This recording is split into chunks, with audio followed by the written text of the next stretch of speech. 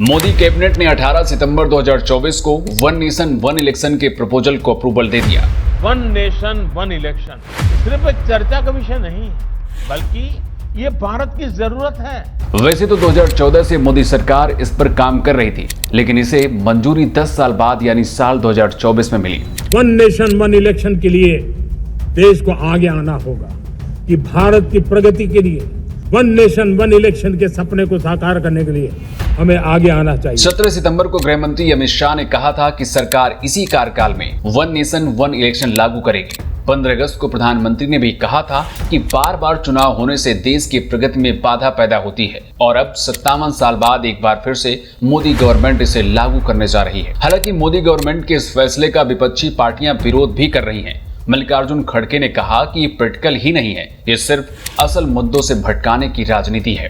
ओवैसी ने कहा कि बेसिक स्ट्रक्चर के खिलाफ है, संविधान के खिलाफ है और डेमोक्रेसी के भी खिलाफ है। यहाँ तक कि समाजवादी पार्टी भी इसका विरोध कर रही है, जबकि मोदी गवर्नमेंट इसका मसौदा तैयार कर चुकी है और नवंबर-दिसंबर में इसे संसद में पेश कर सकती है। कुछ पार्टी बीजेपी के इस फैसले को क्रांतिकारी बता रही हैं, तो कुछ इसे बीजेपी का चुनावी स्टंट भी कह रही हैं। इसलिए आज इस एपिसोड में हम इस बात को डिटेल से समझने की कोशिश करेंगे कि वन नेशन वन इलेक्शन क्या है, इसे लागू होने से भारत के संघीय ढांचे पर इसका प्रभाव क्या पड़ेगा और क्या इसे लागू करना इतना आसान है। करने देना वन नेशन वन इलेक्शन।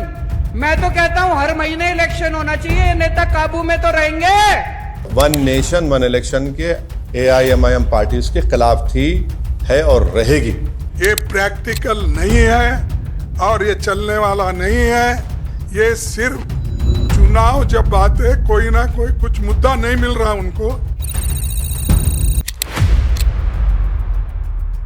14 मार्च को पूर्व राष्ट्रपति रामनाथ कोविंद की अध्यक्षता वाली कमेटी ने 18,626 पन्नों की एक रिपोर्ट राष्ट्रपति द्रौपदी मुर्मू को सौंपी थी। इस रिपोर्ट में लोकसभा और विधानसभा चुनाव के साथ साथ नगर पालिका और पंचायत चुनाव करवाने से जुड़ी सिफारिशें की गई थी। कमेटी ने 2 चरणों में एक साथ चुनाव कराने का सुझाव दिया था। पहले चरण में लोकसभा के साथ साथ सभी राज्यों के विधानसभा चुनाव करवाए जाएं, जबकि दूसरे चरण में नगर पालिका और पंचायतों के चुनाव करवाए जाएं। अभी भारत में लोकसभा और राज्यसभा के चुनाव अलग अलग समय पर होते हैं, क्योंकि उनके कार्यकाल भी एक साथ खत्म नहीं होते, इसलिए अलग अलग राज्यों में अलग अलग समय पर चुनाव होते हैं। वन नेशन वन इलेक्शन का मतलब है कि लोकसभा और विधानसभा के चुनाव एक साथ कराए जाएंगे, जिससे लोग एक ही समय पर अपने राज्य और देश के नेताओं को एक साथ चुन सकेंगे। लेकिन ये कोई नई बात नहीं है। इसके पहले भी 1951 से 1967 तक लोकसभा और राज्यसभा विधानसभाओं के चुनाव एक साथ होते रहे हैं। देश में लगातार 17 सालों तक एक देश एक चुनाव की प्रक्रिया चली, लेकिन उस पर ब्रेक लगाने का काम इंदिरा गांधी सरकार ने किया और फिर 1967 के बाद एक देश एक इलेक्शन की परंपरा खत्म हो गई। इसलिए वन नेशन वन इलेक्शन देश के लिए कोई नया नहीं है, ये पहले भी होता रहा है। ऐसे में सवाल ये है कि जब ये व्यवस्था नई नहीं है तो इसका विरोध क्यों किया जा रहा है। सवाल मोदी सरकार पर भी है कि आखिर वन नेशन वन इलेक्शन लागू क्यों करना चाहती है। राज्य और केंद्र के चुनाव एक साथ कराने से देश का फायदा क्या होगा और क्या नुकसान होगा। भले ही मोदी सरकार ने वन नेशन वन इलेक्शन के प्रपोजल को अप्रूवल दे दिया है, लेकिन इसे कानून की शक्ल देना इतना आसान नहीं होगा। मसलन इसे लागू करने के लिए केंद्र सरकार को न सिर्फ संविधान में 17 से ज्यादा संशोधन करने होंगे, बल्कि रिप्रेजेंटेशन एक्ट 1955 में बदलाव भी करना होगा। साथ ही लोकसभा के रूल्स और प्रोसीजर में भी संशोधन करना होगा। अभी देश के किसी न किसी हिस्से में तकरीबन हर साल चुनाव होते हैं। पिछले करीब 3 दशकों में एक साल भी ऐसा नहीं बीता जब चुनाव आयोग ने किसी न किसी राज्य में कोई चुनाव न करवाया हो। बार बार चुनाव की तारीख घोषित होने से राज्य या फिर केंद्र सरकारें कोई बड़ी परियोजना शुरू नहीं कर पाती हैं, भले ही वो राज्य या फिर देश की अर्थव्यवस्था के लिए बेहद ही जरूरी हो। वन नेशन वन इलेक्शन के समर्थन में तर्क दिया जाता है कि इससे पैसों की बर्बादी बचेगी, साथ ही राज्यों के बार बार चुनाव कराने की चुनौतियों से भी मुक्ति मिल जाएगी।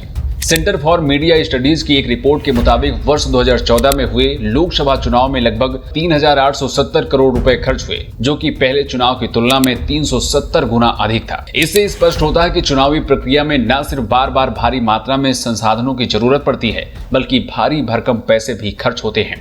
ऐसे में अगर वन नेशन वन इलेक्शन का प्रस्ताव एक स्थायी समाधान बनता है, तो इससे चुनाव का खर्च और संसाधनों का उपयोग दोनों में कमी आएगी। एक ही बार में चुनाव होगा तो धर्म और जाति जैसे मुद्दे बार बार नहीं उठाना पड़ेगा। जनता को लुभाने के लिए स्कीमों के फ्री बीज झूठे जैसे वादे नहीं करने होंगे। बजट में राजनीतिक समीकरणों को ज्यादा तवज्जो नहीं देनी होगी, यानी एक बेहतर नीति के तहत व्यवस्था को चलाया जा सकता है और बड़े खर्च से बचा भी जा सकता है। 2014 में जब केंद्र में मोदी सरकार आई तो कुछ समय बाद ही एक देश और एक चुनाव को लेकर बहस शुरू हो गई थी। पीएम मोदी ने जून 2019 में पहली बार औपचारिक तौर पर सभी पार्टियों के साथ इस मसले पर विचार विमर्श के लिए एक बैठक बुलाई थी। तब 16 दल ऐसे थे जिन्होंने एक देश एक चुनाव के पक्ष में वोट किया था, जबकि 3 दल इसके विरोध में वोट कर रहे थे। पार्टियों को इस बात का डर था कि अगर देश में वन नेशन वन इलेक्शन राष्ट्रीय मुद्दों पर ही लड़ा जाएगा तो स्थानीय मुद्दों का क्या होगा। क्षेत्रीय पार्टियों को अपना महत्व खोने का डर सता रहा है। एक सर्वे के मुताबिक अगर देश में एक साथ चुनाव होते हैं तो इसके 77% चांस है एक आम वोटर एक ही पार्टी राज्य या केंद्र के लिए ही वोट करेगा। फिलहाल मोदी सरकार शीतकालीन सत्र में एक देश एक चुनाव से जुड़े विधेयक को संसद में पेश कर सकती है। इसके बाद संविधान में संशोधन संसद में पास होने और राज्य सरकारों की इस पर स्वीकृति मिल जाती है तो 2029 में एक साथ चुनाव कराए जा सकते हैं। वैसे वन नेशन वन इलेक्शन को लेकर आप क्या सोचते हैं? आपकी अपनी राय क्या है? आप कमेंट बॉक्स में लिखकर हमें बता सकते हैं।